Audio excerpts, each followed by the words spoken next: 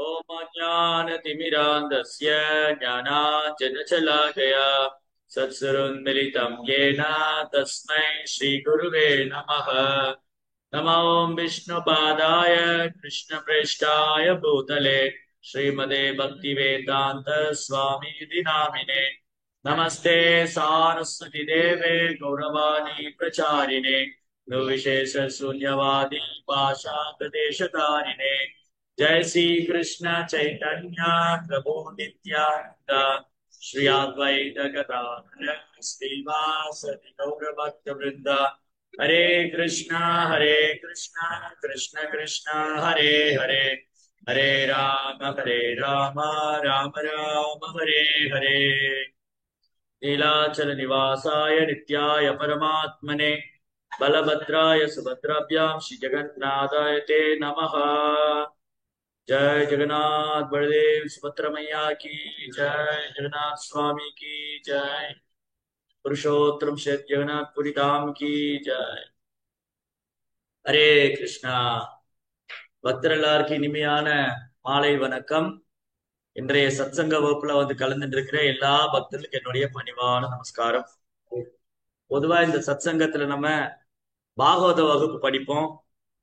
இந்த வாரம் ஜெகநாதரின் வாரம், அதாவது பக்தி சேவையில அல்லது பக்தி மார்க்கத்துல ஓரொரு நாளும் உற்சவம் தான்.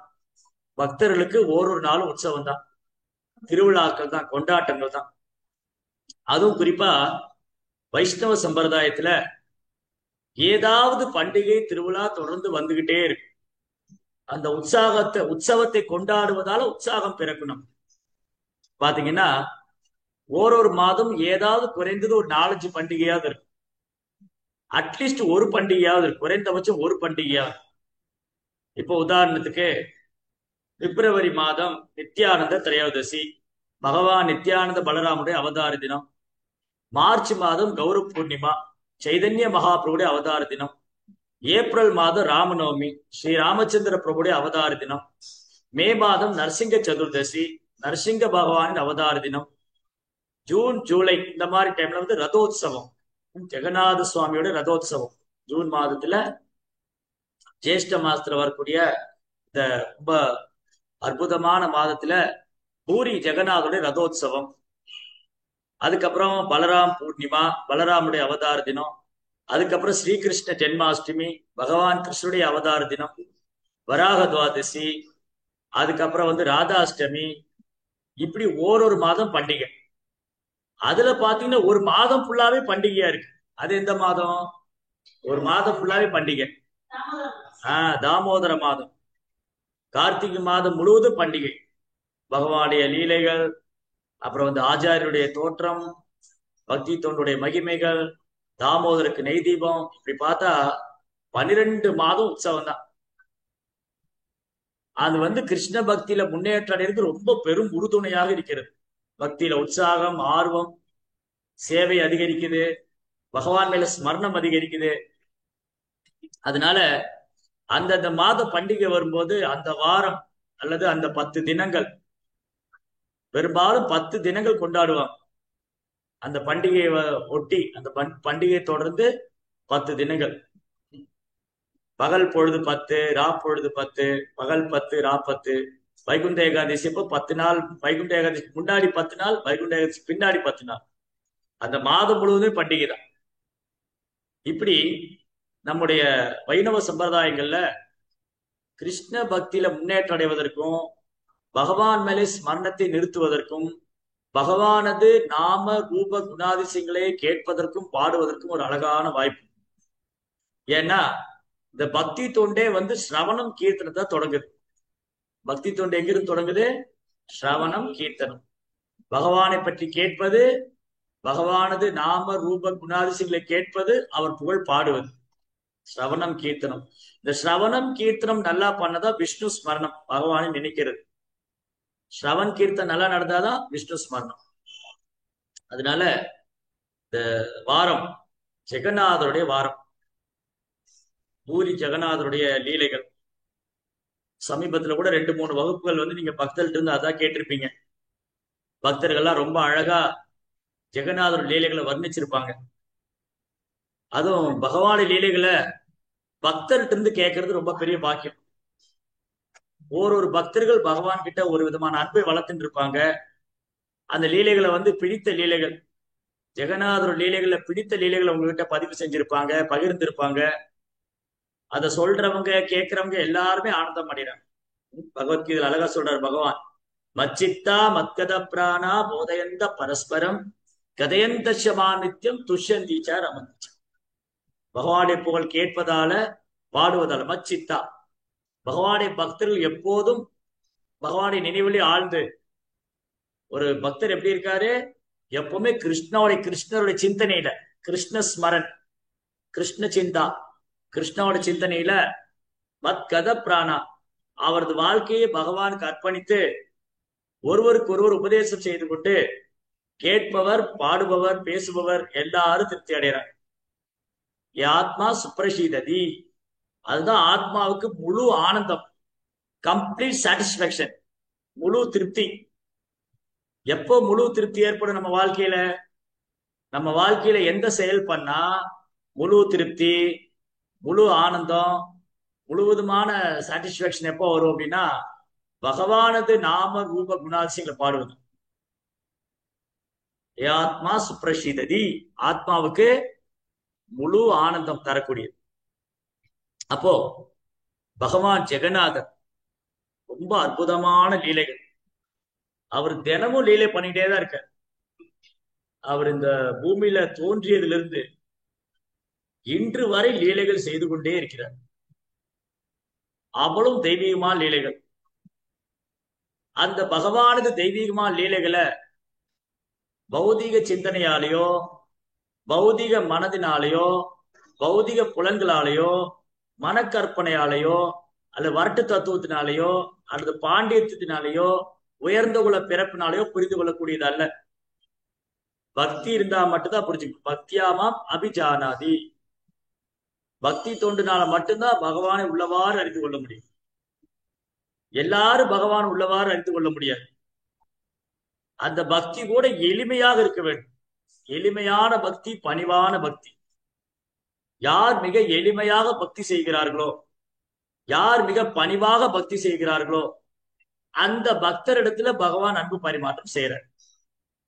அப்போ பகவான் இந்த பூமியில தோன்றியதே, அவர் அவதரிப்பதே, பகவான் இந்த பூமியில திரு அவதாரம் செய்வது, அவர் நேரடி அவதாரம் செய்தாலும் சரி, அவதாரத்தோட அவதாரமாக வந்தாலும் சரி, அர்ச்சா விக்கிரகம் அவர் அவர் விக்கிரக ரூபத்தில் அவதரிச்சாலும் சரி, எதுக்காக, ஏன் பகவான் இந்த பூவுலகில் அவதரிக்கிறார்?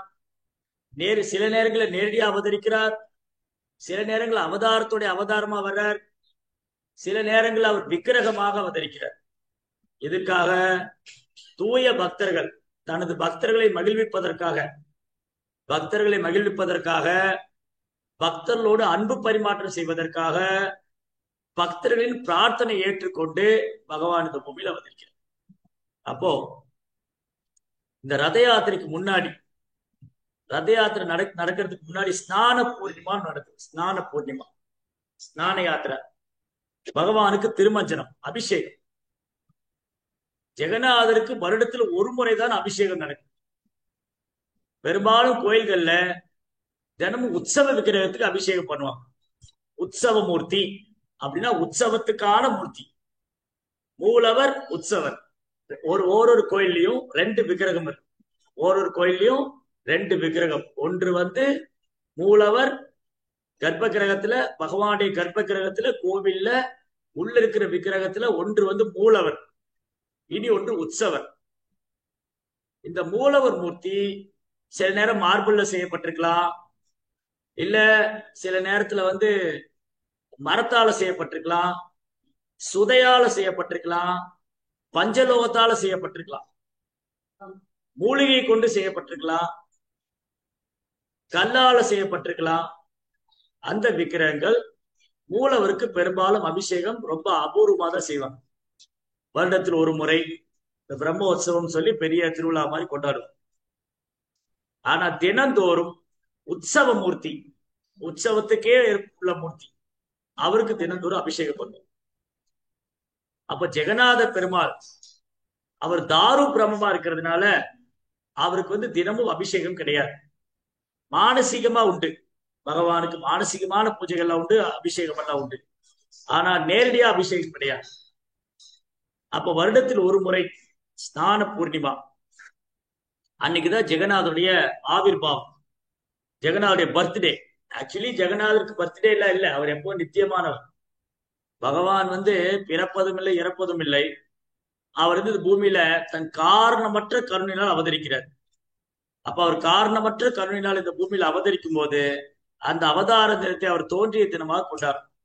ஜென்மாஷ்டமி, ராமநவமி, ஸ்நான பூர்ணிமா, ஸ்நான வேதி. ஜெகநாத கோயில்ல ஒரு பிரம்மாண்டமான ஸ்நான மண்டபம் இருக்கு. அந்த மண்டபத்துல ஜெகநாத், பலதேவ், சுபத்ராவை எழுந்தருளை பண்ணி அங்க திருமஞ்சனம் அபிஷேகம் பண்ணுவாங்க.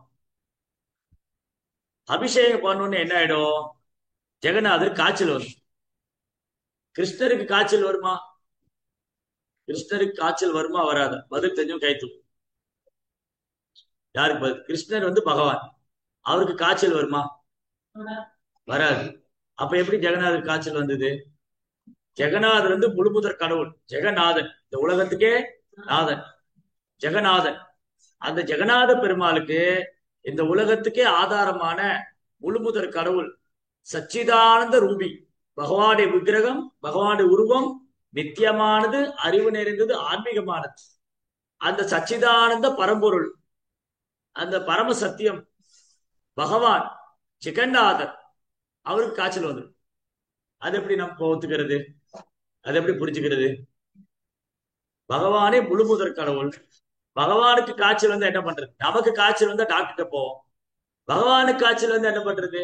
பகவானுக்கு போய் காய்ச்சல் வருமா? மனுஷங்களுக்கு காய்ச்சல் வரலாம். அதுவே என்ன கேட்பாங்க?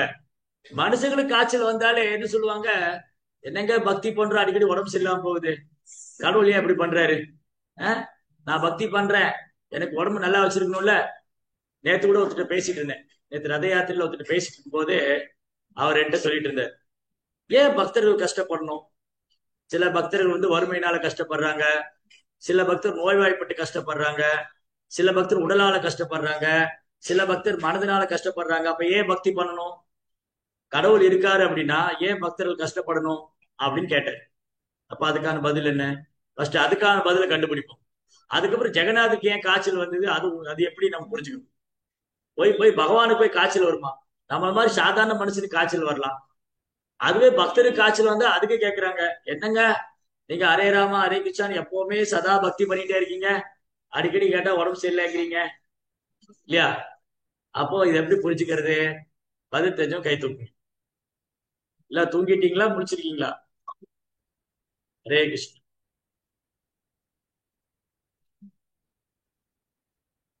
சந்திரகலா மாதாஜி. ஹரே கிருஷ்ணா பிரபு. பிரபு பக்தரே ஆனாலுமே அவங்களோட கர்ம வினைய அவங்க அனுபவிச்சுதான் பிரபு. கர்ம வினையே நான் அனுபவிச்சுதான் ஆகணும்னா அப்ப ஏன் நான் பக்தி பண்ணணும்? கர்ம வினையே நான் அனுபவிச்சுதான் ஆகணும்னா அப்ப ஏன் பக்தி பண்ணணும்? பிரபு என்ன ஒரு எல்லா சூழ்நிலையும் நம்ம எப்பவுமே பக்திய கைவிடக்கூடாதுங்கிறது ஒரு நியதி தானே. இல்ல, என்னோட கேள்வி என்ன மாதாஜி, ஒரு பக்தர் கஷ்டப்படுறாரு, துன்பம் அனுபவிக்கிறாருன்னா ஏன் பக்தனுக்கு கஷ்டம் வரணும்? அந்த கர்ம வினைனால வருதுன்னா அப்ப கர்ம வினையினால கஷ்டப்பட்டுதான் ஆகணும் அப்படின்னா ஏன் பக்தி பண்ணணும்? ஓகே, ஸ்வர்ணவல்லி மாதாஜி. ஹரே கிருஷ்ணா பிரபு. ஸ்வர்ணவல்லி மாதாஜி. ஹரே கிருஷ்ணா பிரபு. எஸ் மாதாஜி. ஹரே கிருஷ்ணா பிரபு. பக்தியில நம்ம ஸ்ட்ராங்கா இருக்கோமா அப்படின்றத சோதிக்கிறதுக்காக அவரு கஷ்டங்கள் கொடுத்தாரு. பக்தியில ஸ்ட்ராங்கா இருக்கணுமா சோதிக்கிறதுக்கு பகவான் இவ்வளவு பெரிய பரிச்சை பண்ணணுமா, கஷ்டங்களை கொடுக்கணுமா? ஹரே கிருஷ்ணா. பக்தியில நம்ம ஸ்ட்ராங்கா இருக்கமா பரிச்சை பண்றதுக்காக உடல்ல கஷ்டம் எல்லாம் வரணுமா? எப்படி புரிஞ்சுக்கிறது? உடம்பு சரியில்லைன்னா சொல்றோம்ல பிரபு. உடம்பு சரியில்லைன்னா சொல்றோம்ல பிரபு. நீங்க சொன்னீங்களா பிரபு, நம்ம பக்தியில நமக்கு ஏன் உடம்பு சரியில்லாம இருக்கு அப்படின்னு சொல்லிட்டு. அப்ப சில பேர் வெளியே போயிடுறாங்களா பிரபு, அது சோதிக்கிறதுக்காக அவரு.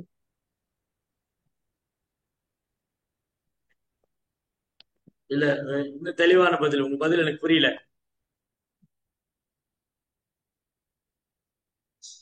ஓகே. ஹரே கிருஷ்ணா. பிரபு இப்போ வந்து இன்பம் துன்பம் அதாவது இந்த உலகத்துல வந்து எல்லாமே வந்து நிரந்தரம் இல்லைங்க பிரபு. இன்பம் எல்லாமே ஏத்துக்கிட்டு தானங்க பிரபு ஆகணும். அது கூட அப்படியே எடுத்துக்கலாம் பிரபு. கஷ்டம் நஷ்டம் இன்பம் துன்பம் பக்தரா இருந்தாலுமே நம்ம இந்த உடல் எடுத்தாச்சுன்னா எல்லா வகையான ஆஹ் துன்பங்களையும் எடுத்துதான் ஆகணும். சோ முதல்ல எஸ் பிரபு. முதல் கேள்விக்கான பதில் முதல்ல என்னன்னா, நாம இந்த ஜட உடல் எடுத்திருக்கவே கூடாது. கரெக்டா? முதல் கேள்வி என்னன்னா, ஒரு ஜீவ ஆத்மாவாகிய நம்ம பகவானுடைய அம்சம். மமைவாம்சோ ஜீவலோகே ஜீவபூத சனாதனா. உயிர் வாழ்களின் அம்சம் நித்தியமானவங்க. மனசஸ்டானி இந்திரியாணி பிரகிருதிஸ்தானி கர்ஷதி. ஆனா மனம் உட்பட 6 புலங்களால் கஷ்டப்பட்டுட்டு இருக்காங்க. அப்போ முதல்ல நம்ம பண்ண தப்பு என்னது? இந்த ஜட உடல் எடுத்திருக்கவே கூடாது. எப்ப இந்த ஜட உடல் எடுத்துக்கிட்டோமோ அப்ப இந்த உடலால வரக்கூடிய துன்பங்களை நாம் பொறுத்து கொண்டுதான் ஆக வேண்டும், சகித்து கொண்டுதான் ஆகும். மாத்ரா ஸ்பர்ஷாஸ்து கௌந்தேயா சீதோஷ்ண சுக துக்கதா அனுமா பாயினோ அனித்யா தாம் திதிக்ஷக்ஷ பாரதா. அர்ஜுனா, எப்படி இந்த சீதோஷ்ண சுக துக்கம் இருக்கு இல்லையா? சீதோஷத்தினால கிளைமேட்ல வந்து சுகமும் இருக்கு துக்கமும் இருக்கு. காத்து வீசினா சுகமா இருக்கு, வெயில் அடிச்சா துக்கமா இருக்கு. மழை பெஞ்சு வீடு ஒழுங்குனா துக்கமா இருக்கு, சாரல் மழை அடிச்சா சுகமா இருக்கு. லேசா குளிர் அடிச்சா சுகமா இருக்கு, கடும் குளிர் அடிச்சா துக்கமா இருக்கு. அப்போ இதை நம்ம பொறுத்துக்கிறோம். மழை பெய்யுதுன்னு அவங்கவுங்க வேலை பண்ணாம இருக்குமா, ஸ்கூலுக்கு போகாம இருக்குமா, காலேஜ் போகாம இருக்குமா, வேலை பண்ணாம இருக்குமா, இல்ல வெயில் அடிக்குதுன்னு சொல்லிதான் வெளியில போகாம இருக்கும். அப்ப இதை பொறுத்துக்க பழகிட்டோம். சரிங்க, என்ன எந்த ஊரு? தமிழ்நாட்டுல எப்ப பாரு 360 நாள் வெயில் தான் அடிக்குது, ஒரு 6 நாள் மழை பெய்யுது. அதனால வெயில் அடிச்சாலும் வெளியே போய் தான் ஆகணும் இல்லையா? அப்போ இதை பொறுத்துக்க பழகிட்டோம். இப்படிதான் இருக்கும், வெயிலாதான் இருக்கும், வெளியே போய் தான் ஆகணும், சம்பாரிச்சுதான் ஆகணும், ஸ்கூல் போய் தான் ஆகணும், காலேஜ் போய் தான் ஆகணும், வேலைக்கு போய் தான் ஆகணும். அப்ப என்ன பண்ணிட்டோம்? அந்த வெயிலோட கொடுமைய பொறுத்துக்க பழகிட்டோம். சூரியனை பார்த்து ஏன் வெயிலே என் மேல அடிக்காதுன்னு சொல்ல முடியுமா? ஒண்ணும் வர முடியாது. சூரியனை பார்க்கவே முடியாது, கண்ணெல்லாம் பூசு இல்லையா? பாத்தியா? அப்போ இந்த சீதோஷ்ண சுக துக்கதா. வாழ்க்கையில எப்படி இந்த கிளைமேட்ல சீதோஷ்ணத்துல சுக துக்கம் வருதோ அது மாதிரி வாழ்க்கையில சுக துக்கம் இருக்கும். ஒரு நாள் இன்பம், ஒரு நாள் துன்பம், லாபம் நஷ்டம், வெற்றி தோல்வி, மான அவமானம், புகழ்ச்சி இகழ்ச்சி, இரட்டிப்பு தன்மைகள் இருக்கு. எதனால வருது? இந்த ஜட உடல் எடுத்ததுனால. இந்த ஜட உடல் எடுத்த உடனே நம்ம 3 குணத்துல செயல்படுறோம். 3 குணத்தினால சில நேரம் இன்பம் அனுபவிக்கிறோம், சில நேரம் துன்பம் அனுபவிக்கிறோம், சில நேரம் விருப்பு, சில நேரம் வெறுப்பு, இதெல்லாம் சம்பாரிச்சுக்கணும். அப்போ இதுல பகவான் மேல ஒரு தப்பும் கிடையாது. பகவானை நம்ம குறை சொல்லவே முடியாது. நமக்கு உடல்நிலை சரியில்லாம போகுது, காய்ச்சல் வருது, மன உளைச்சல் ஏற்படுதுன்னா அதுக்கு பகவான் காரணம் இல்லை. யார் காரணம்? நாம தான் காரணம், நம்ம மனசுதான் காரணம். அப்ப என்ன சொல், ஏன் மனமே, நீ முதல்ல ஏன் இந்த உடல் எடுத்துக்கிட்ட? அதனால இந்த உடல் எடுத்துக்கிட்டீல்ல, இதெல்லாம் பொறுத்துக்குதான் வேணும். அப்ப பிரச்சனை தெரியுதா? என்ன பிரச்சனை? இந்த ஜட உலகத்துல இந்த உடம்பு இருந்தா பிரச்சனை. அதுக்கப்புறம் இந்த உலகமே துன்ப நிறைந்ததுதான், ஏதோ ஒரு வகையில தொந்தரவு இருந்துட்டே இருக்கு. அப்ப இந்த உலகத்தை விட்டு போகணும், பகவான்கிட்ட போகணும். கிருஷ்ணாவுடைய உலகத்துக்கு, வைகுண்டத்துக்கு போயிடணும், ஆன்மீக உலகம். அங்க போனா மனதால துன்பம் கிடையாது, உடலால துன்பம் கிடையாது, இயற்கையினால துன்பம் கிடையாது, பிறப்பு கிடையாது, இறப்பு கிடையாது, நோய் கிடையாது, வயோதிகம் கிடையாது. அது ஆன்மீக உலகம். அங்க எல்லாம் ஆன்மீகமா இருக்கு. அந்த மாதிரி ஒரு இடத்த விட்டுட்டு இங்க வந்துட்டு நம்ம இங்க வந்துட்டு கஷ்டப்பட்டு, அப்ப திரும்பி அங்க போகணும். அப்போ பக்தனுக்கு ஏன் கஷ்டம் வருதுன்னா அது தற்காலிகமான, அந்த கஷ்டம் வந்து கர்ம வினையினால அல்ல. யாருக்கு வந்து கர்ம வினையினால கஷ்டம் வரும்? பக்தி பண்ணாதவங்க, பக்தி செய்யாதவங்க, பகவான் நாமத்தை சொல்லாதவங்க, அவங்களுக்கெல்லாம் கர்ம வினை உண்டு. என்ன செயல் பண்ணாலும் அதோட எதிர்வினையை சந்திக்கணும். பாவம் பண்ணா அதுக்கான பலனை அனுபவிக்கணும், புண்ணியம் பண்ணா அதுக்கான பலனை அனுபவிக்கணும்.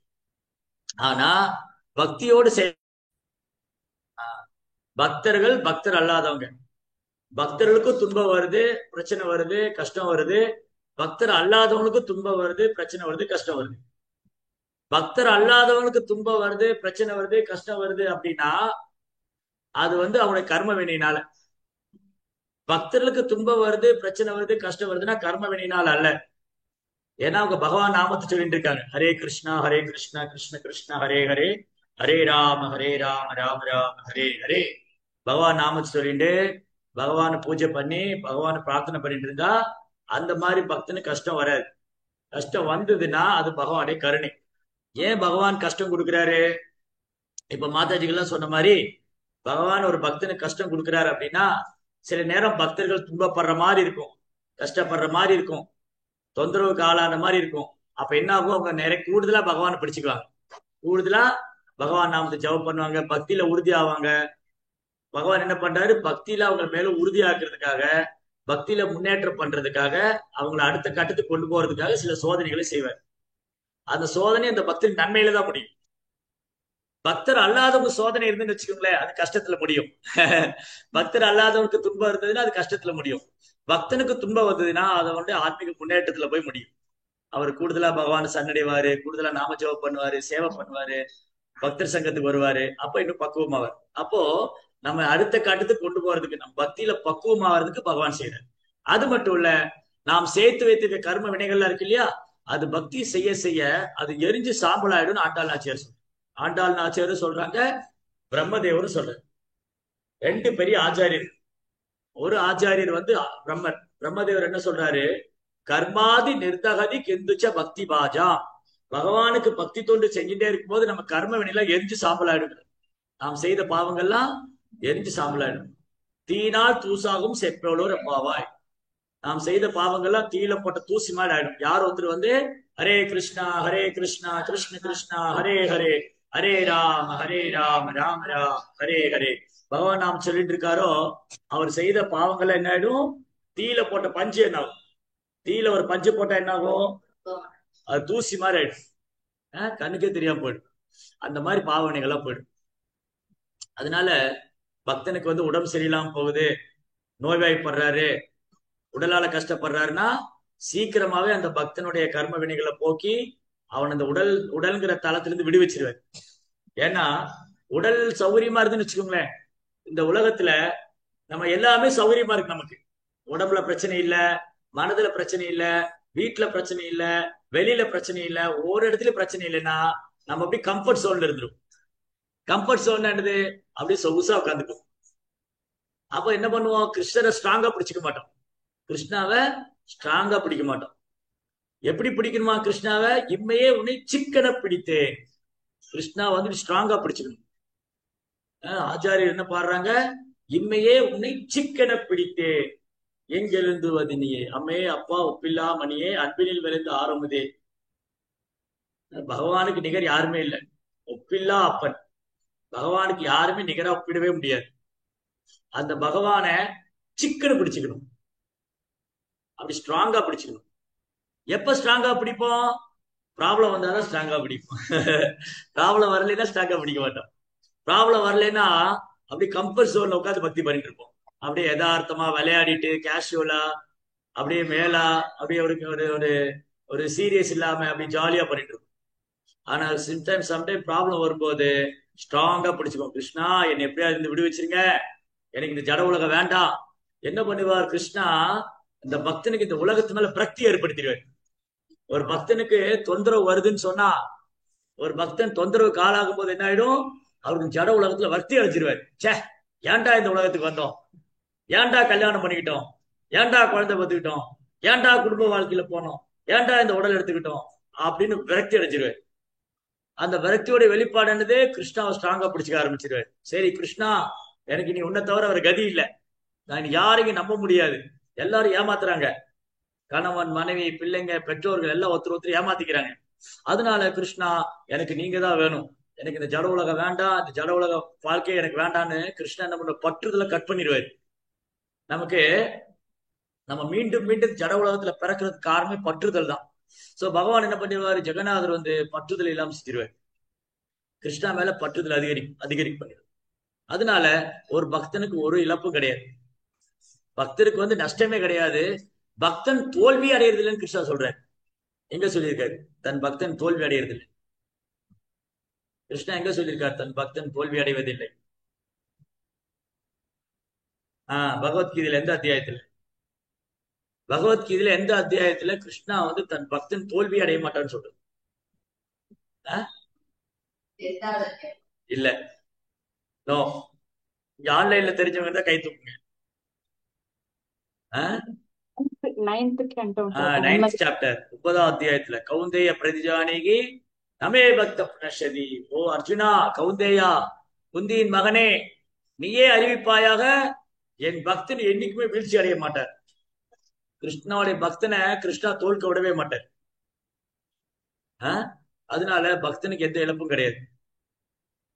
சரி, ஓகே. அப்போ ஓகேங்க, நீங்க சொல்றது புரிஞ்சுது. பக்தனுக்கு துன்பம் வர்றது அவரை பக்குவப்படுத்துறதுக்காக, கிருஷ்ண பக்தியில முன்னேற்றம் ஹரே கிருஷ்ணா அடைறதுக்காக, பிரபு. இந்த ஜட உலக பிரபு வாழ்க்கையில. அது ஏன் பிரபு அர்ஜுனன்ட்ட சொல்ல சொல்றாங்க? பகவானே சொல்லலாம். அது ஏன் அர்ஜுனன் சொல்ல சொன்னாரு? கிருஷ்ணரே சொல்லாமே. கிருஷ்ணாவே சொல்லலாம், என் பக்தன் எனக்கு வீண் போவது இல்லைன்னு. ஏன் அர்ஜுனன் சொல்ல சொல்றாரு? யாருக்கு பதில் தெரியும்? பிரபு பக்தன் ஹரே சொன்னா கிருஷ்ணா பிரபு. கரெக்டா. பக்தன் என்ன சொல்றாரோ அதை அப்படியே அப்படியே நிறைவேற்றுவார் பிரபு. அவரு சொன்னாலும் அவர் பேச்சு மாத்திடுவாரு. ஆனா பக்தன் சொன்னா அப்படியே செய்வார். கிருஷ்ணா ஒருவேளை தன் வாக்கு மீறிடலாம், தான் கொடுத்த வாக்குறுதிய மீறிடலாம். ஆனா பக்தர் வாக்குறுதி கொடுத்துட்டா காப்பாத்திடுவார், மீற விட மாட்டார். அந்த வாக்குறுதி பொய்யாக்க விட மாட்டார். ஒருவேளை கிருஷ்ணா தன்னுடைய வாக்குறுதி பொய்யாக்கிடலாம், ஆனா பக்தனுடைய வாக்குறுதி பொய்யாக்க மாட்டார். அதற்கான சம்பவம் என்ன? ஏதாவது சம்பவம் இன்சிடென்ட் ஏதாவது நடந்திருக்கா? அந்த மாதிரி யாருக்கு தெரியும்? தன்னுடைய வார்த்தையை பொய்யாக்கிக்கிட்டு தன் பக்தனுடைய வார்த்தையை உண்மையாக்குனார். மணிகிரீவன் பிரபு நடந்து ஆயுதம் ஏந்த மாட்டேன்னு சொல்லிட்டு கடைசியில பீஷ்மருக்கு ஆயுதம் ஏந்த மாட்டேன்னு சொன்னார். குருக்ஷேத்திர பிரபு. போர்க்களத்துல நான் ஆயுதமே எடுக்க மாட்டேன், அர்ஜுனுக்கு தேரோட்டியா மட்டும்தான் இருப்பேன், நான் அர்ஜுனுடைய சாரதியா மட்டும்தான் இருப்பேன், நான் ஆயுதம் எடுக்க மாட்டேன்னாரு. அப்பயே ஆயுதம் எடுத்துட்டு போனாரு. ஆயுதமே எடுக்க மாட்டேன்னு சொன்ன கிருஷ்ணா ஏன் ஆயுதம் எடுத்தாரு? அர்ஜுனனை காப்பாத்துறதுக்காக பீஷ்மரை பீஷ்மர் ஒரு சபதம் போட்டு வந்திருக்காரு. பீஷ்மர் என்ன பண்ணாரு? துரியோதனன் சபதம் போட்டு வந்திருக்காரு. துரியோதனன் என்ன நினைக்கிறாரு? இந்த பீஷ்மருக்கு அர்ஜுனன் மேல கருணை, அன்பு, பாசம். அதனாலதான் தன் பேர குழந்தையை கொல்ல மாட்டேங்கிறார். இந்த பிதாமகர் பீஷ்மர் அர்ஜுனன் மேல ரொம்ப பிரியம். ஆனா பீஷ்மருக்கு ரொம்ப பிரியமான குழந்தை அர்ஜுனன். பீஷ்மருக்கு ரொம்ப பிரியமான பேர பிள்ளைகள் ஒருத்தர் அர்ஜுனன். அதனால பீஷ்ம பிதாமகர் அர்ஜுனன் மேல கருணை காமிக்கிறாரு, அவர் மேல பாசம் வச்சிருக்காரு, கொல்ல மாட்டேங்கிறாரு. அடிக்கடி துரியோதனன் பீஷ்மரை குறை சொல்லிட்டே இருப்பாரு. ஓ பீஷ்மா, நீங்க என்னுடைய சாப்பாடை சாப்பிட்டு நீங்க துரோகம் பண்றீங்க, நீங்க பாண்டவர்களை கொல்ல மாட்டேங்கிறீங்க, அர்ஜுனனை கொல்ல மாட்டேங்கிறீங்க, நீங்க கருணை காமிக்கிறீங்க, நீங்க நம்பிக்கை துரோகம் பண்றீங்க அப்படின்னு ரொம்ப மோசமா பேசுவார். அப்போ ஒரு நாள் பீஷ்மா சபதம் போட்டார். ஓ துரியோதனா, நான் உண்மையாதான் சண்டை போடுறேன், ஆனா நீ நம்ப மாட்டேங்கிற, நீ என்ன அவமானப்படுத்துற, இன்சல்ட் பண்ற. Okay, no problem. ஆனா நான் உறுதி கொடுக்குறேன், உனக்கு நான் வாக்கு கொடுக்குறேன், நாளைக்கு நான் அர்ஜுனனை கொல்லுவேன். அப்படி ஒருவேளை என்னால கொல்ல முடியலன்னா அந்த வாசுதேவ கிருஷ்ணனுடைய வார்த்தையை பொய்யாக்குவேன், அவர் ஆயுதம் தூக்க வைப்பேன் அப்படின்னு சபதம் போட்டு விட்டு அடுத்த நாள் பீஷ்மர் சண்டை போடுறாரு. அர்ஜுனனுக்கு அடுத்து பீஷ்மருடைய வில்லுல இருந்து வரக்கூடிய அம்பு பூரா அர்ஜுனனுடைய தலையை நோக்கி வருது. தலையில கிரீடம் தான் போச்சு, அது கொஞ்சம் விட்டு இருந்தா அர்ஜுனன் தலையே போயிருக்கு. அந்த மாதிரி பீஷ்மா பயங்கர நெருப்பா சண்டை போடுறாரு. கிருஷ்ணா புரிஞ்சுக்கிட்டாரு, இன்னைக்கு பீஷ்மா ஒரு முடிவோட தான் வந்திருக்கிறாரு. கிருஷ்ணா என்ன புரிஞ்சுக்கிட்டாரு? இன்னைக்கு பீஷ்மர் ஒரு உறுதியோட வந்திருக்கிறாரு, சபதம் போட்டு வந்திருக்காரு, நான் அர்ஜுனனை கொல்லுவேன், இல்லாட்டி வாசுதேவ கிருஷ்ணரை அவருடைய வார்த்தையை பொய்யாக்குவேன். இப்போ அர்ஜுனனை கொல்றதுங்கிறது வாய்ப்பு இல்லை. ஏன்னா கிருஷ்ணா அர்ஜுனுடைய ரதத்தில் இருக்கிற வரைக்கும் பீஷ்மரால் அர்ஜுனனை கொல்ல முடியாது. ஆனா சபதம் போட்டுட்டு வந்திருக்காரு, அது பொய்யாவும் கூடாது. அப்புறம் என்ன சொல்லுவாங்க? இந்த கிருஷ்ண பக்தர்லாம் பொய் சொல்றவங்க, அவங்க ஒண்ணு சொன்னா நடக்கவே நடக்காது, அவங்க சொல்றது ஒண்ணு செய்யறது ஒண்ணு. என்ன ஆயிடும்? பகவானுடைய பக்தர்கள்லாம் சொல்றது ஒண்ணு செய்யறது ஒண்ணுன்னு ஆயிடும். அப்போ பக்தனுடைய வார்த்தையை பொய்யாக்க கூடாது. அப்போ பீஷ்மருடைய வார்த்தையை பொய்யாக்க கூடாதுன்னா அர்ஜுனன் இழக்கவும் கூடாது. அப்போ ஒரே வழிதான் இருக்கு. பீஷ்மருடைய வார்த்தையை பொய்யாக்க கூடாதுன்னா ஒண்ணு அர்ஜுனன் கொல்லப்படணும், இல்ல கிருஷ்ணனுடைய வார்த்தையை தன்னுடைய வார்த்தையை இழக்கணும், அவர் வாக்குறுதி மீறணும். இந்த மாதிரி ஒரு சூழ்நிலை வச்சுட்டார். பீஷ்மர் என்ன பண்ணாரு? கிருஷ்ணாவை இந்த மாதிரி ஒரு சூழ்நிலை போட்டார். இந்த வாசுதேவர் என்ன பண்றாரு? இந்த கிருஷ்ணா என்ன பண்றாரு பார்க்கலாம். என்னுடைய வார்த்தையை நான் சபதம் பண்ணி வந்திருக்கேன், இந்த அர்ஜுனனை காப்பாத்துறாரா இல்ல அவர் வாக்குறுதியை பிரேக் பண்றாரா பார்க்கலாம். சோ கிருஷ்ணா நல்லா புரிஞ்சு போயிடுது, இன்னைக்கு பீஷ்மா ஒரு முடிவோடு தான் வந்திருக்காரு. தென் கிருஷ்ணா என்ன பண்ணாரு? அர்ஜுனனை இழக்க தயாரல்ல, அதே சமயம் பீஷ்மருடைய வார்த்தையை பொய்யாக்க விரும்பல. அப்படின்னா ஒரே வழிதான் இருக்கு, அவர் வார்த்தையை பொய்யாக்க. மத் பிரதிஜா, பீஷ்மர் என்ன சொல்றாரு, Bhagavatam first canto 10th chapter, Bhagavatam முதல் ஸ்கந்தம் 10ஆம் அத்தியாயத்துல பீஷ்மருடைய மறைவு இருக்கு. அப்ப பீஷ்மர் உடலை விடுறதுக்கு முன்னாடி அந்த அம்பு படிக்கல படுத்துட்டு இருக்காரு. பீஷ்மர் வந்து உடலை விடுறதுக்கு முன்னாடி அம்பு படிக்கல படுத்திருக்காரு. அதுல படுத்துட்டு அங்க பகவான் வந்து இருக்காரு. அவரை பார்த்து பிரார்த்தனை பண்றாரு. ரொம்ப அழகழகான பிரார்த்தனை, பீஷ்ம ஸ்துதி. அதுல ஒரு பாட்டுல சொல்றாரு, ஒரு ஸ்லோகத்துல, மத் பிரதிஜ்ஞா, என்னுடைய வார்த்தையை காப்பாத்துறதுக்காக இந்த வாசுதேவ கிருஷ்ணர் என்ன பண்ணாரு, என்னுடைய வார்த்தையை காப்பாத்துறதுக்காக தன்னுடைய வார்த்தையை பொய்யாக்குனாரு. அப்ப என்ன ஆயிடும், இந்த கிருஷ்ணரா அவர் ரொம்ப பெருசா சவால் விட்டாருங்க, குருஷேத்திர போர்க்களத்துல ஆயுதம் எடுக்க மாட்டேன்னு. அன்னைக்கு பீஷ்மரை கொள்றதுக்கு ஆயுதம் தூக்கிட்டு போனாருங்க. அப்ப கிருஷ்ணர் வந்து சொல்றது ஒண்ணு செய்யறது ஒண்ணு. அதனால கிருஷ்ணா என்ன சொல்றாரு, அர்ஜுனா நான் ஒரு வார்த்தை சொன்னேன்னு வச்சுக்கோங்களேன், மக்கள் கேட்கலாம், இந்த கிருஷ்ணர் வந்து அன்னைக்கு ஏதோ பெருசா சொன்னாரு, மகாபாரத யுத்தத்துல ஆயுதம் எடுக்க மாட்டேன்னு. ஆனா அர்ஜுனனுக்கு ஒரு பிரச்சனைன்னு வந்து பீஷ்மரை கொள்றதுக்கு ஆயுதம் எடுத்து போனவர் தானே அவரு அப்படின்னு கேள்வி கேட்கலாமே. அதனால கிருஷ்ணா அதனால அர்ஜுனா நான் சொல்றேன், நான் சொல்ல மாட்டேன், நீயே சொல்லு. ஏன்னா ஒருவேளை நான் சொன்ன என் வார்த்தையை மாத்திருவேன், நீ சொல்லிட்டு அந்த வார்த்தையை மாத்தவே மாட்டேன். கிருஷ்ணா வந்து ஒருவேளை தன் வார்த்தையை மாத்தினாலும் மாத்திக்குவாரு. ஆனா தன் பக்தன் ஒரு வார்த்தையை சொல்லிட்டாருன்னா கிருஷ்ணா அதை மாத்தவே மாட்டார், உண்மையாக்கிடுவார். ஒரு பக்தர் ஒரு வார்த்தையை சொல்லிட்டா கிருஷ்ணர் என்ன பண்ணுவாரு, அதை உண்மையாக்கிடுவார். அப்ப நம்ம என்ன பண்ணணும், ஒரு பக்தர் ஒரு வார்த்தையை விட்டுட்டா கிருஷ்ணர் அதை உண்மையாக்கிடுவார். அப்ப என்ன பண்ணணும், அபராதம் செய்யக்கூடாது, எந்த பக்தரையும் நிந்திக்க கூடாது, எந்த பக்தரையும் அபராதம் பண்ணக்கூடாது, எந்த பக்தரையும் சாபம் விடக்கூடாது. இவங்க எல்லாம் நல்லா இருக்க மாட்டாங்க, உருப்பட மாட்டாங்க அப்படின்னு எந்த பக்தரையும் நம்ம சொல்லக்கூடாது. அது சொன்னா என்ன ஆயிடும், அது அபராதம் ஆயிடும், அது நடக்கும் வாய்ப்பு இருக்கு. ஹரே கிருஷ்ணா ஜெபம் பண்ற பக்தர் யாருடைய வாயில, யாருடைய நாக்கு வந்து ஹரே கிருஷ்ணா கிருஷ்ண கிருஷ்ணா ஹரே ஹரே, ஹரே ராம ராம ராம ஹரே ஹரே, அந்த நாக்குல நல்ல வார்த்தை தான் வரும். ஒரு நாளும் ஒரு பக்தரை குறை சொல்றதோ, குற்றம் சொல்றதோ, அவதூறு பேசுறதோ, நிந்திக்கிறதோ கூடவே கூடாது. அப்படி யாரையாவது நம்ம திட்டோம் அப்படின்னா அது உண்மையாக வாய்ப்பு இருக்கு. ஏன்னா பக்தனுடைய வார்த்தை பொய்யாகாது. அதனால நம்ம பேசும்போது ரொம்ப கவனிச்சு பேசணும், சிந்திச்சு பேசணும், யோசிச்சு பேசணும், நல்ல விஷயங்களை பேசணும், கிருஷ்ணரை பத்தி மட்டும் பேசணும், கிருஷ்ண பக்திக்கு சாதகமான விஷயங்களை மட்டும் பேசணும். அனாவசியமா ஏதாவது சொல்லிட்டோம் அது ஆபத்துல போய் முடியும். அதனால பக்தர்கள் வந்து ரொம்ப பக்குவமா நடந்துக்கணும். சரி, என்னாச்சு, அதனாலதான் இந்த வார்த்தை. இப்ப எதுக்கு ஜெகநாதர் கதை போய் இப்ப பீஷ்மருடைய கதையெல்லாம் பேசிட்டு இருந்தோம், ஜெகநாதர் பத்தி பேச வந்தோம். அப்போ பக்தனுக்கு பகவான் எப்பவுமே பாதுகாப்பா இருப்பார். அதனால பக்தனுக்கு கஷ்டம் வந்ததுன்னா பகவான் வந்து பக்தனை பக்குவப்படுத்திட்டே இருப்பார். ஏன்னா பகவானுடைய நோக்கம் என்னன்னா, யாராவது அவர்கிட்ட சரணடிச்சுட்டா, யாராவது அவருக்கு பக்தி பண்ணிட்டா இவன் சீக்கிரம் என்கிட்ட வரணும்னு நாம ஆர்வப்படுறோமோ இல்லையோ, நாம கிருஷ்ணாட்ட திரும்ப போகணும்னு ஆர்வப்படுறோமோ இல்லையோ, நம்மளை விட 10 மடங்கு கிருஷ்ணர் ஆர்வமா இருக்காரு. இந்த ஜீவாத்மா என்ன திரும்ப பார்க்க மாட்டானா, இந்த ஜீவாத்மா வந்து என்ன திரும்ப பார்க்க மாட்டானா, இவன் என்கிட்ட வரமாட்டானா, இவன் என்ன சரணடைய மாட்டானா, இவன் எப்ப என் உலகத்துக்கு வரப்போறான், இந்த ஜீவாத்மா எப்ப என்ன சரணடிச்சு என்கிட்ட வரப்போறான்னு பகவான் காத்துக்கிட்டு இருக்காரு. நம்ம பக்தி தொண்டு செய்ய ஆரம்பிச்ச உடனே நம்மளை விட 10 மடங்கு பகவான் ஆர்வமா இருக்காரு, திரும்ப சீக்கிரம் கூப்பிட்டுக்கணும். அப்ப வந்து அந்த பக்தனுக்கு பக்குவம் கொடுக்கறதுக்காக சில பரீட்சை பண்ணுவார். என்ன பண்ணுவாரு, நகர் கீர்த்தன் வைக்கிறோம், ஆள் வராங்களா இல்லையா, யாரும் வரலைன்னா நகர் கீர்த்தன் எப்படி நடக்க போகுது பாக்கலாம், மைக் ரிப்பேர் ஆயிடுச்சுன்னா எப்படி பாடுறாங்கன்னு பாக்கலாம், ஜூம் கட்டாய போனா எப்படி மீட்டிங் நடத்துறாங்க பாக்கலாம். சோ பரீட்சை பண்ணுவாரு. இவங்க மனம் தளர்றாங்களா, உற்சாகமா இருக்கலாங்க, விட்டுட்டு போயிடுவாங்களா பாக்குறாரு. சோ கிருஷ்ணா டெஸ்ட் பண்ணிட்டே தான் இருப்பார். இந்த பக்தனை பக்குவப்படுத்துறதுக்காக பகவான் பரீட்சை வச்சுட்டே தான் இருப்பார். ஜூம் கட் ஆயிட்டே இருக்கு, என்னங்க ஜூம் கட் ஆயிட்டே இருக்கு, பேசாம போயிடலாம் அப்படின்னு போயிடுவாங்களா, இல்ல பொறுமையா என்னதான் சொல்லி முடிக்கிறாங்க பாக்கலாம் அப்படின்னு உட்கார்ந்து இருப்பாங்களா, மைக் ரிப்பேர் ஆயிடுச்சு கீர்த்தன் போலாமா வேண்டாம்னு யோசிப்பாங்களா, மைக்கு போனா போகுது நம்ம சத்தம் போட்டு பாடலான்னு பாடுறாங்களா, புத்தக விநியோகம் பண்றாங்களா, கிருஷ்ணன் எல்லாம் பரீட்சை பண்ணுவேன். நம்மளை பரீட்சை பண்ணி பக்குவமான பக்தராக்கிடுவேன். அப்போ ஒரு பக்தனுக்கு பிரச்சனையே கிடையாது. அப்படி ஒரு பக்தனுக்கு பிரச்சனைன்னு சொன்னாருன்னா அதுக்கு அவர் மனதுதான் பிரச்சனையை தவிர வேற ஒரு பிரச்சனை. ஒரு பக்தர் வந்து, பிரபு நான் பக்தி பண்ணிட்டே இருக்கேன், எனக்கு நிம்மதியே இல்லை, எனக்கு மன உளைச்சலா இருக்கு, எங்கேயாவது போயிடலாம் போல இருக்குன்னு சொன்னா என்ன அர்த்தம்? அவர் மனதுதான் அவர் பிரச்சனை, பக்தி பிரச்சனை இல்ல, பகவான் பிரச்சனை இல்ல, பக்தர்கள் பிரச்சனை இல்ல. நம் மனதுதான் நம் நண்பன், நம் மனதுதான் நம் எதிரி. இது தெளிவா சொல்லிட்டாரு பகவத்கீதை. அதனால அந்த மனதை அது மனதை சொல்றது கேட்கவே கூடாது. அந்த மனதை எப்படியாவது கிருஷ்ணாவோட செயலில் ஈடுபடுத்திட்டே இருக்கு. ஹரே கிருஷ்ணா கிருஷ்ண கிருஷ்ணா ஹரே ஹரே, ஹரே ராம் ராம் ஹரே.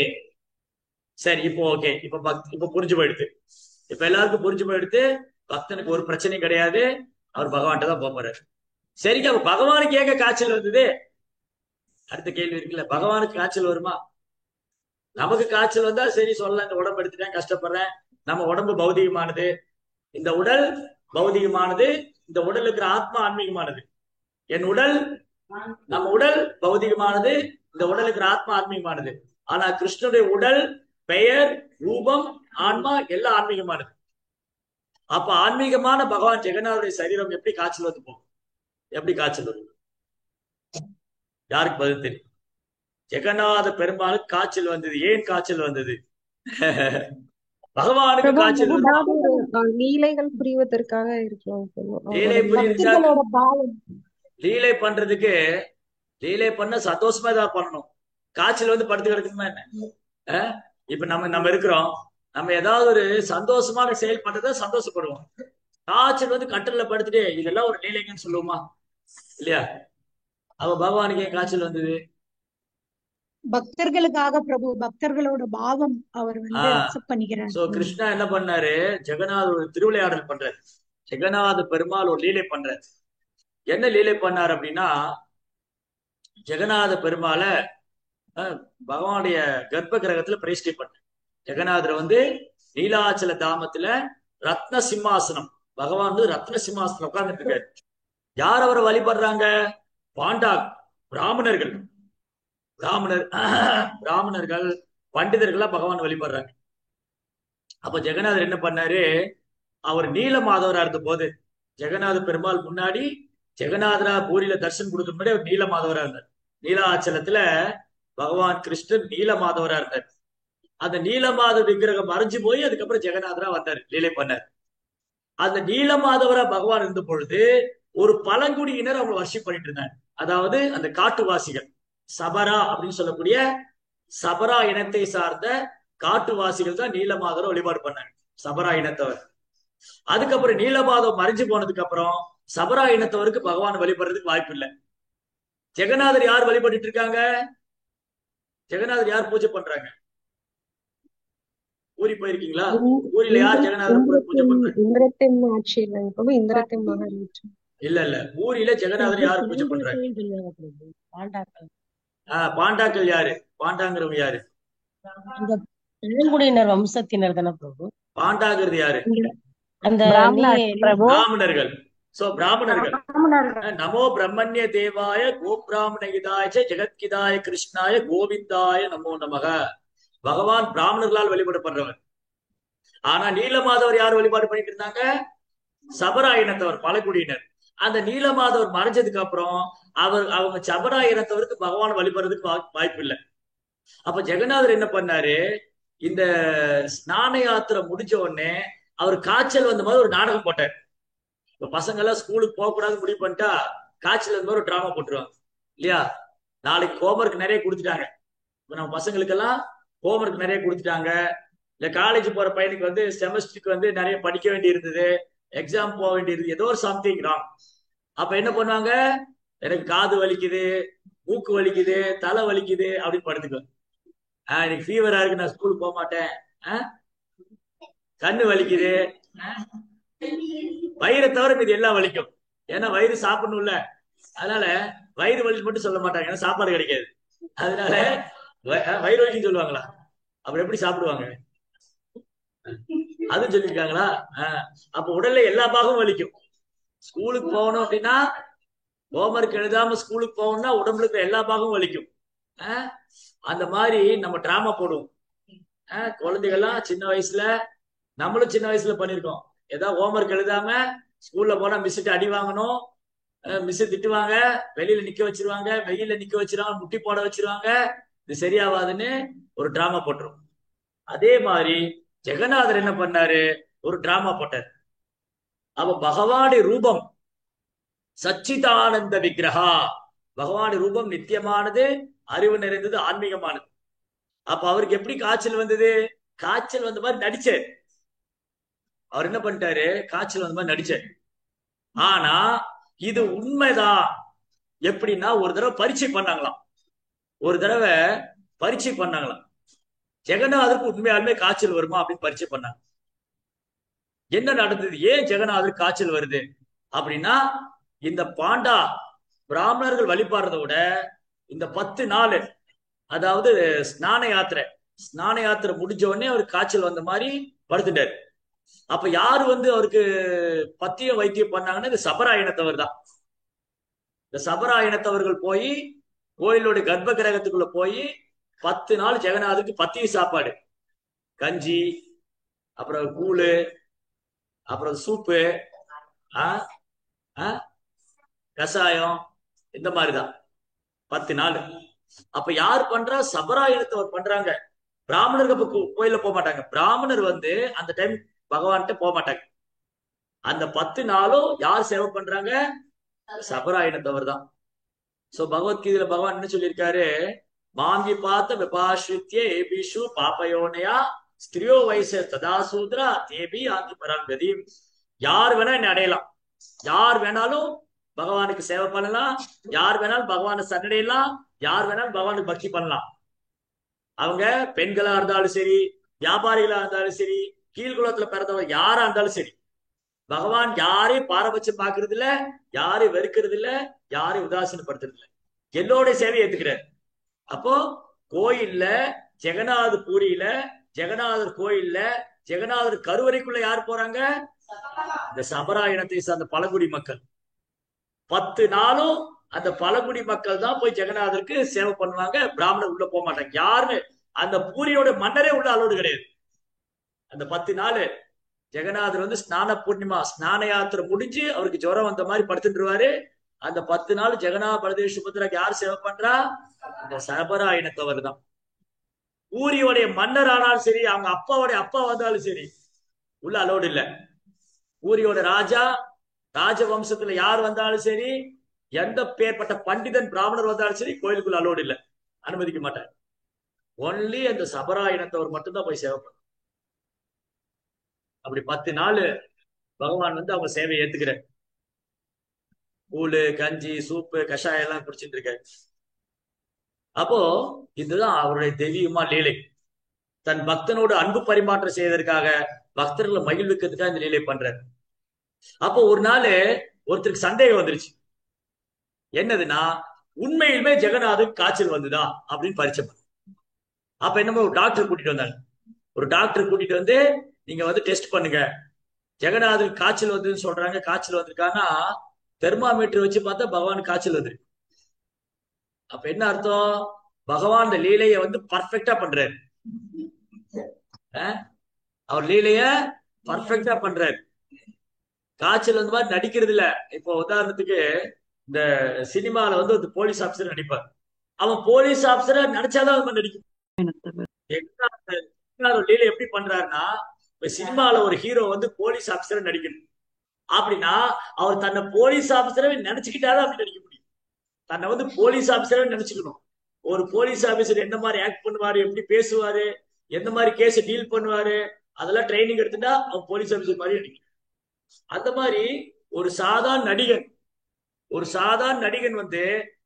சினிமா துறையில சாகசம் பண்ணும்போது, இந்த ஜெகத்துக்கே மாஸ்டர் அவரு. அப்ப எப்படி நடிப்பாரு அவரு? நடிப்புக்கு அரசர் அவர் தான். சூப்பர் ஸ்டாருக்கெல்லாம் சூப்பர் ஸ்டார் கிருஷ்ணா. இந்த உலகத்துல சண்டை போட்டுக்கிறாங்க, யார் சூப்பர் ஸ்டார், யார் சுப்ரீம் ஸ்டார், அந்த ஸ்டார் இந்த ஸ்டார். இந்த எல்லா ஸ்டாருக்கும் ஸ்டார் கிருஷ்ணா. அவர் தான் பரம சூப்பர் ஸ்டார். சூப்பர் ஸ்டாருக்கெல்லாம் சூப்பர் ஸ்டார் அவர். அப்போ அவர் எப்படி நடிப்பாரு? கிருஷ்ணருக்கு நடிக்க யாரும் சொல்லி கொடுக்க வேண்டாம், நடிப்பே அவர்கிட்ட தான் தொடங்குது. அது 3 வயசு குழந்தையா இருக்கும்போது பட்டார். 2 வயசு 3 வயசுலயே என்ன பண்ணாரு, எப்படி நடிச்சாரு? 2 வயசுல எப்படி நடிச்சாரு கிருஷ்ணா? 1 வயசு 2 வயசுல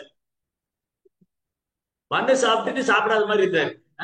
மண்ணு சாப்பிட்டு நான் மண்ணு சாப்பிடவே இல்லைன்னு சொன்னாரு. மண் எடுத்து வாயில போட்டு யசோதா மட்டும் மண்ணு சாப்பிடவே இல்லைன்னு சொன்னவர். ஒரு சாதாரண பிரபு குழந்தை. கேக்குது பிரபு. ஹரே கிருஷ்ணா. ஹரே கிருஷ்ணா ஹரே கிருஷ்ணா கிருஷ்ண கிருஷ்ணா ஹரே ஹரே, ஹரே ராம் ராம் ராம் ஹரே ஹரே. எதுல இருந்து கேட்காம போச்சு? நம்ம பேசிட்டு இருந்ததுல எதுல இருந்து கேட்காம போச்சு? பிரபு பிரபு போலீஸ் போலீஸார் அடிக்கணும்னு சொன்னீங்கல்ல பிரபு. அதுல இருந்தே கேட்காம போச்சா? ஆமா பிரபு, திக்கி திக்கி வந்துச்சு பிரபு. திக்கி திக்கி வந்துச்சு. சரி, அப்போ ஒருத்தர் வந்து ஒரு சினிமா நடிகர், நம்ம என்ன பேசிட்டு இருந்தோம் அப்படின்னா, ஒரு சினிமா நடிகர் சினிமா நடிக்கிறதுக்கு ரொம்ப ட்ரைனிங் எடுத்துக்கணும். அந்த டைலாக படிச்சு படிச்சு சொல்லணும். பல டேக் எடுத்துக்குவாங்க, டைலாக படிச்சு படிச்சு சொல்லணும். தப்பாச்சுன்னா திரும்பி பல டேக் போகும். அப்புறம் நிறைய ட்ரைனிங் எடுத்துட்டு வரணும். ஆனா கிருஷ்ணருக்கு இதெல்லாம் தேவையில்லை. அவர் நடிப்பின் அரசன். அவர் நடிப்பின் அரசன். அவர் வந்து சூப்பர் ஸ்டாருக்குலாம் சூப்பர் ஸ்டார் அவர். அதனால அவருக்கு யாரும் சொல்லிக் கொடுக்க வேண்டாம். அவர் சின்ன குழந்தையா இருக்கும்போது மண்ணு சாப்பிட்டு நான் சாப்பிடவே இல்லைன்னு சொன்னாரு இல்லையா? அவரு சின்ன குழந்தையா இருக்கும்போது மண்ணு சாப்பிட்டு நான் சாப்பிடவே இல்லைன்னு சொன்னாரு. 6 வயசு குழந்தையா இருக்கும்போது கோவர்த்தன் மலையை கொடையா பிடிச்சவர். அதனால அவருக்கு நடிக்கிறதுக்கெல்லாம் சொல்லியே தர வேண்டாம். அப்பேற்பட்ட ஜெகநாதர் வந்து காய்ச்சல் வந்த மாதிரி நடிச்சாருன்னா, ஒரு காய்ச்சல் வந்தவன் எப்படி இருப்பானோ அதே மாதிரி.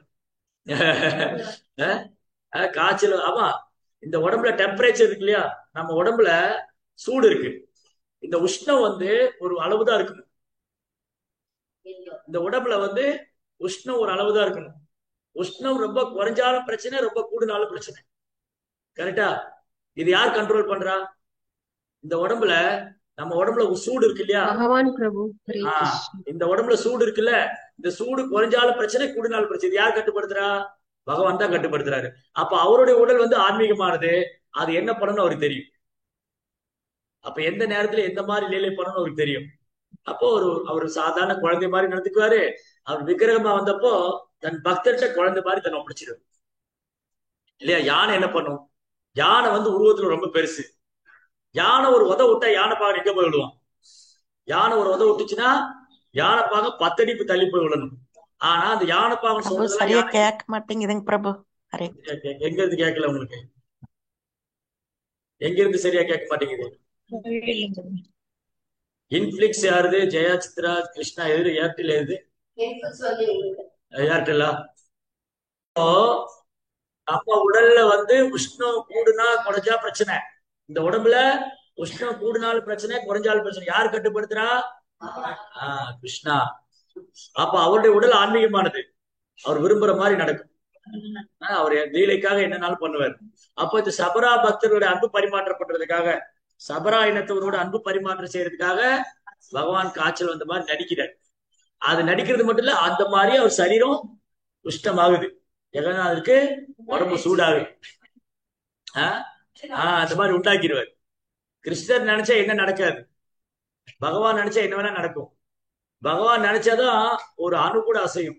பகவான் இல்லைன்னா அணு கூட அசையாது. சோ அதனால எல்லாமே அவருடைய விருப்பப்படி நடக்குது. இங்க நடக்கூடியதெல்லாம் கிருஷ்ணாவுடைய விருப்பப்படி நடக்குது, அவருடைய அனுமதியில நடக்குது, அவருடைய ஏற்பாட்டுல நடக்குது. அதை புரிஞ்சுக்கணும். அதனால ஜெகநாதருடைய சரீரம் சச்சிதானந்த விக்கிரகா. அவர் நித்தியமான அறிவு நிறைந்த ஆனந்தமான ரூபம். அப்ப பக்தரை மகிழ்விக்கிறதுக்காக, சபராயணத்தவரை சந்தோஷப்படுத்துறதுக்காக, அவங்களோட அன்பு பரிமாற்றம் செய்யறதுக்காக பகவான் காய்ச்சல் வந்த மாதிரி நடிக்கிறது. காய்ச்சல் வந்த மாதிரி ஆயிட்டு அதுக்கப்புறம் 10 நாள் அவங்க போய் பகவானுக்கு சேவை பண்றாங்க. அந்த 10 நாள் யாரும் கோயில் அலோடு இல்லை. அது ராஜாவா இருந்தாலும் சரி, ராஜாவுக்கு ராஜாவா இருந்தாலும் சரி, ராஜாதி ராஜா வந்தாலும் சரி, பிராமணன் பண்டிதன் யார் வந்தாலும் கோயிலுக்குள்ள அலோடு இல்லை. சபரா இனத்தவர் மட்டும்தான். அந்த 10 நாள் முடிச்சதுக்கு அப்புறம் தான் ஜெகநாதர் வெளியில வருவார். அப்படி புது பொலிவோட வருவார். ஜுரமெல்லாம் சரி பண்ணிட்டு பயங்கர எனர்ஜெட்டிக்கா வருவார். அப்புறம் ரத யாத்திரை நடக்கும். ரொம்ப அழகான லீலைகள். ஜெய் ஸ்ரீ ஜெகநாத் சுவாமிக்கு, ஜெகநாத் பல்தேஷ் பத்ரமையாக்கி. ஜெகநாத் ரொம்ப ரொம்ப கருணை வாய்ந்தது. பக்தர்களுக்காகவே அன்பு பரிமாற்றம் செய்யறாரு. பக்தர்கள் மேல ரொம்ப கருணை அன்பு உள்ளவர். அந்த பகவானுடைய நாமத்தை நம்ம எவ்வளவு கவனமா உச்சரிக்கிறோமோ அவ்வளவு நமக்கு பகவான் மேல அன்பு வரும். ஹரே கிருஷ்ணா ஹரே கிருஷ்ண கிருஷ்ண கிருஷ்ணா ஹரே ஹரே, ஹரே ராம் ஹரே ராம் ஹரே ஹரே. ஒரு நல்ல நாம ஜபம் பண்ணணும், பகவானுக்கு சேவை பண்ணணும், பக்தி பண்ணணும், சந்தோஷமா இருக்கணும். ஹரே கிருஷ்ணா. ஜெய் ஸ்ரீல பிரபுபாத் கி.